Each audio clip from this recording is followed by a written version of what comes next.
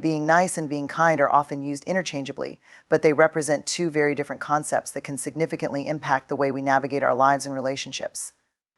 At first glance, being nice may seem like a virtue everyone should aspire to, but when we look deeper, we begin to realize that niceness often comes at the expense of something far more important: authenticity. While kindness is rooted in compassion and sincerity, niceness is frequently motivated by a desire to please others or avoid conflict. The difference between the two is subtle yet profound, and understanding it can help us break free from the constraints of superficial interactions and embrace our true selves. Niceness, as it is commonly understood, often involves suppressing our own feelings, desires, and beliefs in favor of meeting the expectations or desires of others. It's a behavior driven by the need for approval, validation, or acceptance. The person who is nice might go out of their way to accommodate others, even at the cost of their own well-being, simply to keep the peace or avoid confrontation. While this can seem like a positive trait, it has the potential to lead to a number of personal and relational issues. The person who is constantly nice might say yes when they actually want to say no, agree with ideas they don't truly believe in, or stay silent when they should speak up. This habit of suppressing one's truth in favor of pleasing others not only diminishes the person's sense of self, but can also lead to resentment, anxiety, and a growing sense of emptiness. In contrast, kindness comes from a place of genuine care and authenticity. Kindness is about recognizing and responding to the needs of others, but it's done in a way that remains true to oneself. A kind person doesn't say yes when they mean no, nor do they agree with something they don't believe in. They are able to maintain a balance between their own well-being and the well-being of others. Kindness is rooted in respect for both others and oneself and doesn't require sacrificing one's own truth to make others feel comfortable. The key difference here is that kindness comes from a place of self-awareness and emotional integrity, while niceness often comes from a desire to conform to external expectations. The danger of always being nice is that it erodes authenticity. When we are overly concerned with being liked or avoiding conflict, we begin to lose touch with who we really are. We start to suppress our true feelings, desires, and values, all in the name of keeping others happy. Over time, this behavior can create a disconnection between our inner selves and the way we present ourselves to the world. The more we engage in this pattern of people-pleasing, the more we start to forget what truly matters to us. We may begin to feel disconnected, exhausted, and frustrated because we're living a life that doesn't fully align with our values or our sense of purpose. Moreover, this constant need for external approval can lead to a sense of insecurity. If we're always trying to meet the expectations of others, we can become overly dependent on outside validation to feel good about ourselves. This makes us vulnerable to the opinions and judgments of others, which can fluctuate from day to day. As a result, our sense of worth becomes tied to how others perceive us, rather than being grounded in our own understanding of who we are and what we stand for.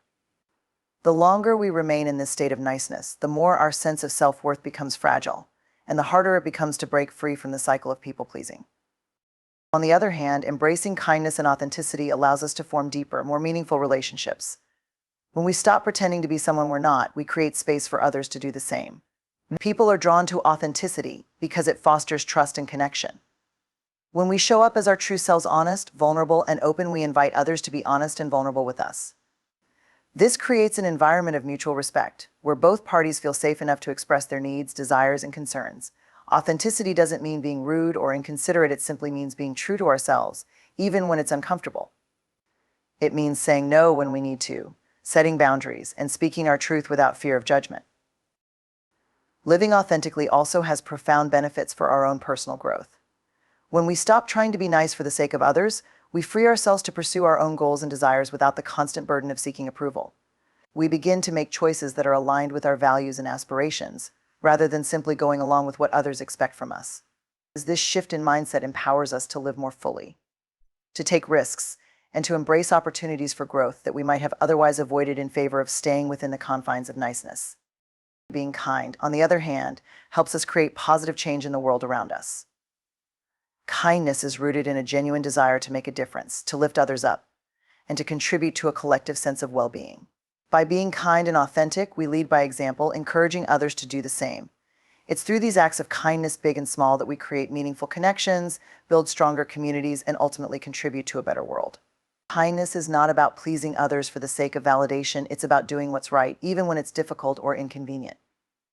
So, it's essential to recognize that being nice isn't always the best option, especially when it leads to a loss of self and an erosion of authenticity. Instead, we should focus on being kind, genuinely, authentically kind.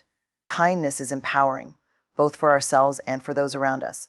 It allows us to be true to our values, to set healthy boundaries, and to create meaningful connections that are based on mutual respect and understanding.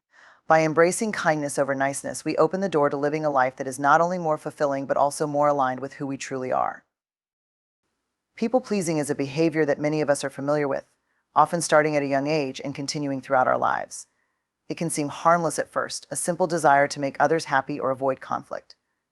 But as this habit becomes ingrained, it begins to take a toll on our sense of self and our emotional well-being. When we prioritize the needs and desires of others over our own, we gradually lose touch with who we really are, what we want, and what we truly need from life. People-pleasing erodes our authenticity, and in doing so, diminishes our ability to lead a fulfilling, purpose-driven life. At its core, people-pleasing is a form of self-neglect. It involves suppressing our own needs, desires, and feelings in favor of meeting the expectations of others. We may feel compelled to say yes when we want to say no, to agree with ideas we don't believe in, or to suppress our own opinions and emotions to avoid upsetting others.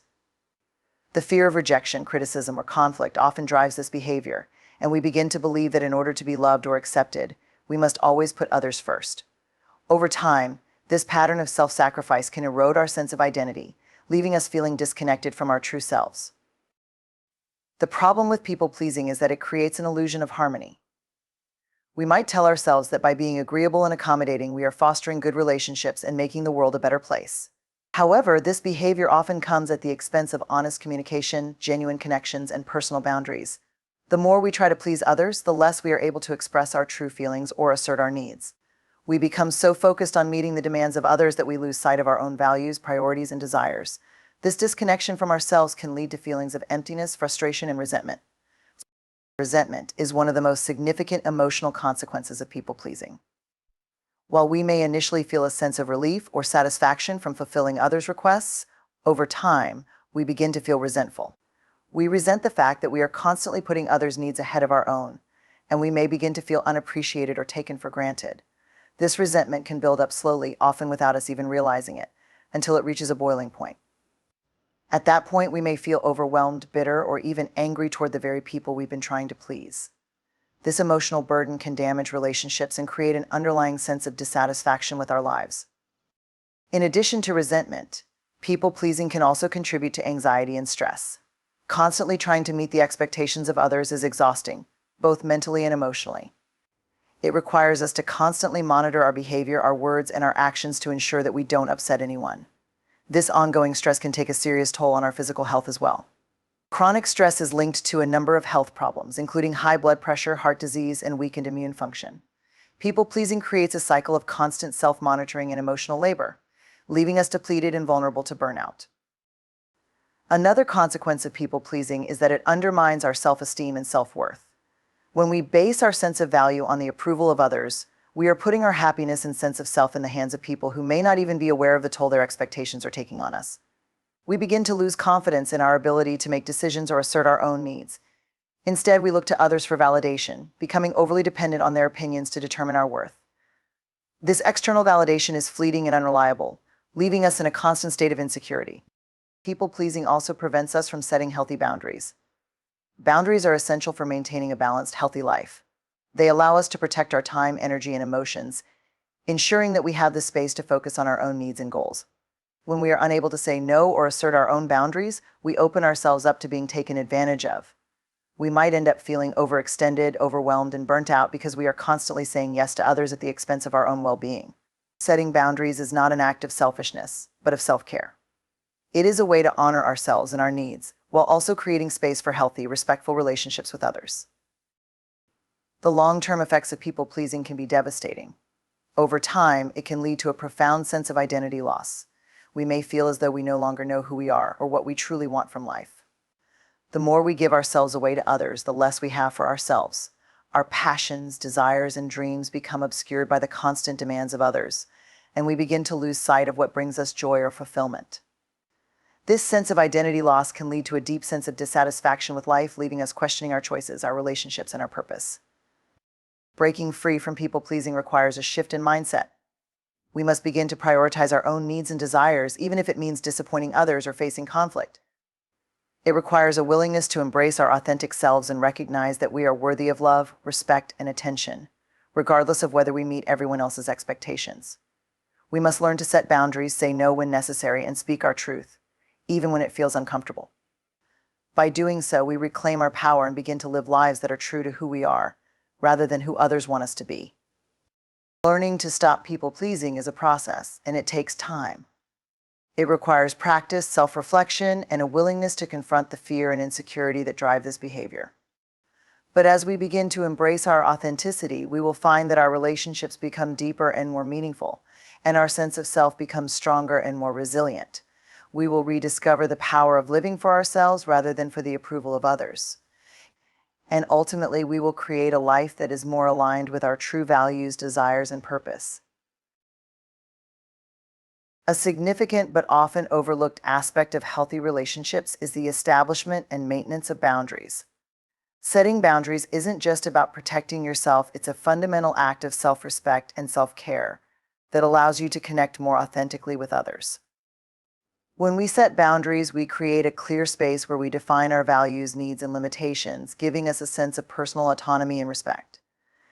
Establishing boundaries may feel uncomfortable at first, especially if you're used to putting others' needs before your own. However, once boundaries are in place, they become the foundation upon which healthy, fulfilling relationships are built. Boundaries foster mutual respect and understanding, which allows relationships to thrive in an atmosphere of trust and integrity. One of the main reasons why people struggle to set boundaries is the fear of rejection or disapproval. Many people equate setting boundaries with being unkind or selfish, believing that prioritizing their own needs could hurt others or drive them away. This fear can be especially strong in people pleasers, who often feel responsible for maintaining harmony at all costs. However, the reality is that setting boundaries is not an act of selfishness, it's an essential part of self-care. When you set boundaries, you're not disregarding others. Instead, you're making a conscious choice to honor your own needs while still being respectful of the needs of others. Boundaries aren't walls to keep people out, they're guidelines that help others understand how to engage with you in ways that are supportive and respectful. Boundaries can take many forms and can be applied in various aspects of life, such as time, energy, emotions, and personal space. Time boundaries, for example, involve protecting your schedule and committing only to activities that align with your priorities. This can mean saying no to invitations, requests, or obligations that don't serve your personal or professional goals. By doing so, you free up time to focus on what truly matters to you, allowing you to be more present and engaged in the moments that count. Energy boundaries, on the other hand, involve recognizing when you're feeling drained and giving yourself permission to rest or recharge without feeling guilty. When you protect your energy, you can show up more fully in your interactions and commitments, fostering deeper connections and a greater sense of fulfillment. Emotional boundaries are equally important. They involve recognizing that you are responsible for your own feelings, while also acknowledging that others are responsible for theirs. This means that you don't need to take on the emotional burdens of others, nor should you allow others to offload their negative emotions onto you. It's a way of maintaining your emotional well-being by ensuring that you're not constantly weighed down by the moods, opinions, or judgments of others. Emotional boundaries also allow you to express your own emotions authentically without fear of judgment, as you create a safe space where both parties can be honest and vulnerable. By setting these emotional boundaries, you cultivate relationships built on empathy and mutual understanding rather than on emotional dependency or imbalance. Setting boundaries also involves knowing your limits and communicating them clearly to others. This can be challenging, especially if you're worried about how people will respond. However, boundaries are most effective when they're communicated openly and respectfully. For example, if you're in a relationship where someone constantly seeks your help or advice, you might say, "I appreciate that you value my input, but I need some time for myself right now. I'll be happy to talk later when I can give you my full attention." This kind of communication doesn't dismiss the other person's needs, it simply sets a limit on when and how much you're able to give. Clear communication also prevents misunderstandings and resentment from building up over time, as both parties understand each other's expectations and limitations. Another essential aspect of setting boundaries is learning to say no. Many people have difficulty saying no because they fear disappointing others or being seen as rude. However, the inability to say no often leads to overcommitting and burnout. When you say yes to things you don't want or don't have the capacity for, You're not only neglecting your own needs, but also undermining your own sense of autonomy. Saying no, on the other hand, is an act of empowerment. It shows that you value your time, energy, and well-being enough to prioritize them. It's not about rejecting others, it's about making choices that align with your values and goals. The more you practice saying no, the easier it becomes, and you'll find that people are more understanding and respectful of your boundaries when you're honest about your limitations. Maintaining boundaries also requires a degree of self-reflection and self-awareness. It's important to regularly check in with yourself to assess your needs and evaluate how your relationships are impacting your well-being. If you find that certain relationships are consistently draining, it may be a sign that boundaries need to be reinforced or adjusted. Self-reflection allows you to stay connected to your values and recognize when adjustments are needed to protect your mental, emotional, and physical health. It also helps you identify patterns that may be preventing you from setting boundaries effectively, such as feelings of guilt or a tendency to seek validation from others. Respecting boundaries is equally important in fostering healthy relationships. Just as you set boundaries for yourself, it's essential to respect the boundaries of others. When someone communicates their limits or needs to you, honoring those boundaries shows that you value their autonomy and well-being. It creates a foundation of mutual respect and trust, which is essential for any relationship to thrive. By respecting others' boundaries, you also encourage them to respect yours, creating a balanced dynamic where both parties feel valued and understood. Finally, it's important to remember that setting boundaries is an ongoing process. Boundaries may need to be adjusted as circumstances change or as you grow and evolve. Life is dynamic, and so are our needs and relationships. Periodically reassessing your boundaries and adjusting them as necessary helps ensure that they continue to support your well-being and reflect your values. Remember, setting boundaries is not a one-time act, it's a continuous commitment to honoring yourself and fostering healthy, fulfilling relationships. Boundaries are the foundation of personal well-being and healthy connections. They are not acts of selfishness, but expressions of self-respect that help you engage authentically and meaningfully with others.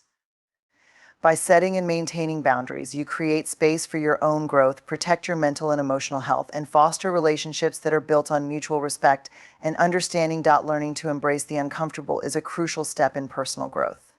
Yet it's one that most of us instinctively avoid. We are wired to seek comfort, to gravitate toward what feels safe, predictable, and familiar. But true growth happens when we challenge that tendency and learn to navigate discomfort with intention. Embracing the uncomfortable means pushing ourselves beyond our comfort zones, trying new things, and confronting fears. It requires a willingness to be vulnerable, to face uncertainty, and to accept that mistakes and setbacks are a natural part of any journey toward self-improvement. This process, though difficult, is essential for building resilience, confidence, and a deeper understanding of our own potential. One reason why embracing discomfort is so powerful is that it breaks down the limitations we've set for ourselves. Comfort zones are often built around fear of failure, rejection, or not meeting our own expectations. When we stay within these self-imposed boundaries, we limit our experiences and prevent ourselves from discovering what we are truly capable of. Growth requires risk, but it's the type of risk that propels us forward, pushing us to develop skills, knowledge, and perspectives that we might never have gained otherwise. Each time we step outside of our comfort zones, we chip away at those self-imposed barriers and expand our understanding of who we are and what we can accomplish. Facing discomfort also teaches us about resilience. Resilience isn't just the ability to bounce back from hardship, it's the strength to keep moving forward, even when things get difficult. When we take on challenges that make us uncomfortable, we're training ourselves to withstand pressure, adapt to change, and stay focused on our goals. Over time, we begin to build a mental toughness that helps us face future challenges with confidence and calm. This resilience isn't something that comes overnight, it's developed gradually through repeated exposure to situations that test our resolve. Every time we encounter and overcome discomfort, we strengthen our capacity to handle adversity, both big and small, with grace and determination. Stepping into discomfort also cultivates a mindset of growth rather than one of stagnation. When we are unwilling to leave our comfort zones, we're effectively choosing to stay in a state of stagnation. Growth requires continuous learning, and learning often means confronting things we don't yet understand, skills we haven't yet mastered, or perspectives we've never considered. By choosing to engage with these challenges, we foster a growth mindset, a belief that our abilities can be developed through effort, perseverance, and learning from our mistakes. With a growth mindset, we become more open to trying new things, to experimenting, and to taking calculated risks because we understand that failure is simply a part of the learning process, not a dead end. Another important benefit of embracing discomfort is that it helps us build self-confidence. Confidence isn't about knowing we can succeed at everything we do, rather. It's about trusting ourselves to handle whatever outcome arises. When we challenge ourselves, we give ourselves the opportunity to succeed and to build confidence from that success. But even when we don't succeed, we gain valuable insights and experience that ultimately contribute to our self-assurance. We learn that we are capable of handling setbacks, that we can adapt to new situations, and that we have the courage to try again. This self-confidence becomes a foundation upon which we can build future achievements. The more we practice embracing discomfort, the more confident we become in our ability to navigate unfamiliar situations and to tackle obstacles head-on. Learning to embrace the uncomfortable also enhances our problem-solving abilities. When we're faced with a challenge outside of our comfort zone, we're forced to think critically and creatively to find solutions. We're no longer able to rely on familiar patterns or established routines. Instead, we must be innovative and resourceful. This experience of problem solving in uncertain or challenging situations builds our mental flexibility, making us more adaptable and capable of handling complex issues in other areas of life. And we become less reactive and more proactive, approaching problems with a mindset geared toward finding solutions rather than avoiding difficulties. Embracing discomfort also strengthens our relationships. When we put ourselves in situations that require vulnerability, we open ourselves up to genuine connection. People often connect more deeply over shared experiences of struggle, challenge, or growth than they do over the everyday pleasantries of life. By allowing ourselves to be vulnerable and to push past our comfort zones, we create opportunities for others to see our authentic selves. This vulnerability fosters trust and empathy, creating stronger, more meaningful relationships. When others see that we're willing to embrace discomfort for the sake of growth, they're often inspired to do the same, leading to a mutual support system in which both parties encourage each other to reach new heights. Self-care is often misunderstood as a luxury or a selfish pursuit, but in reality, it's an essential aspect of leading a balanced, fulfilling life. Taking time to prioritize your own needs, whether physical, emotional, or mental, is not about neglecting others. It's about ensuring you have the energy, focus, and well-being necessary to engage fully with life's responsibilities and relationships. Many people feel guilty about engaging in self-care because they believe it detracts from their ability to help others or fulfill obligations. However, the truth is that caring for yourself is the first step to effectively caring for those around you. Self-care is a commitment to your own health and happiness, which ultimately allows you to show up as your best self in every area of life. One of the primary benefits of self-care is that it helps prevent burnout. Burnout is a state of physical and emotional exhaustion that can occur when we're constantly giving without taking time to recharge. It can affect every area of our lives, including our work, relationships, and personal health.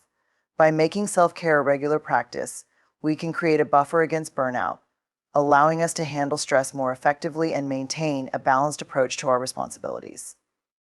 When we are well-rested, mentally clear, and emotionally grounded, we are more resilient and better equipped to handle life's challenges without feeling overwhelmed or depleted. Self-care is also crucial for maintaining our physical health. Our bodies are not machines. They need adequate rest, nourishment, and exercise to function optimally. Ignoring our physical needs might work temporarily, but over time, the effects of neglect will begin to show in the form of fatigue, illness, or chronic health issues. Practicing self-care means listening to your body and giving it what it needs to stay healthy. This could include getting enough sleep, eating nutritious food, staying active, and making time for relaxation. When we prioritize our physical health, we are better able to manage our energy levels and reduce the likelihood of experiencing illness or physical discomfort that can interfere with our daily lives. On an emotional level, self-care helps us stay connected to our feelings and allows us to process and release stress effectively. Our emotions are often indicators of unmet needs or unresolved issues, and by paying attention to them, we can gain valuable insights into what aspects of our lives may need adjustment. For example, if you're feeling consistently anxious or irritable, it might be a sign that you're taking on too much or that certain boundaries need to be established. Engaging in activities that help you unwind, such as journaling, meditation, or spending time in nature, can help you manage your emotions in a healthy way. Self-care allows us to acknowledge and validate our feelings rather than suppressing or ignoring them, leading to a greater sense of emotional stability and self-awareness. Mental self-care is another critical component of overall well-being. Our minds are constantly bombarded with information, tasks, and demands, which can lead to cognitive overload if not managed effectively. Taking time for mental self-care involves activities that help clear the mind and foster mental clarity, such as practicing mindfulness, engaging in creative hobbies, or simply taking a break from screens and technology. Mental self-care can also mean setting aside time for learning and personal growth, which keeps the mind sharp and engaged. When we take care of our mental health, we are better able to focus, make decisions, and approach problems with a calm and clear perspective, which enhances our overall quality of life. Self-care also plays a fundamental role in building and maintaining healthy relationships. When we neglect our own needs, we may inadvertently project our stress or frustration onto others, which can strain our interactions and lead to misunderstandings. Taking care of ourselves enables us to be more present, patient, and empathetic with the people we care about. Additionally, when we prioritize self-care, we set an example for others, showing them that it's okay to take time for themselves, and that self-care is an essential part of a balanced, healthy life. This can create a ripple effect, encouraging those around us to also take steps toward nurturing their own well-being. Setting boundaries is a vital aspect of self-care, especially when it comes to managing relationships and obligations. Boundaries are limits we set to protect our time, energy, and well-being. Without clear boundaries, we may find ourselves saying yes to things we don't want to do, overextending ourselves, or feeling resentful toward others. By setting boundaries, we're communicating to ourselves and others that our well-being is a priority. This could mean declining invitations that don't align with our goals, saying no to additional responsibilities when we're already stretched thin, or taking time for ourselves, even if others may not fully understand. Boundaries allow us to conserve our energy for the things that truly matter and prevent us from feeling drained or taken advantage of. Practicing self-care also encourages a positive self-image and self-compassion. When we take time to care for ourselves, we are sending ourselves the message that we are worth the effort.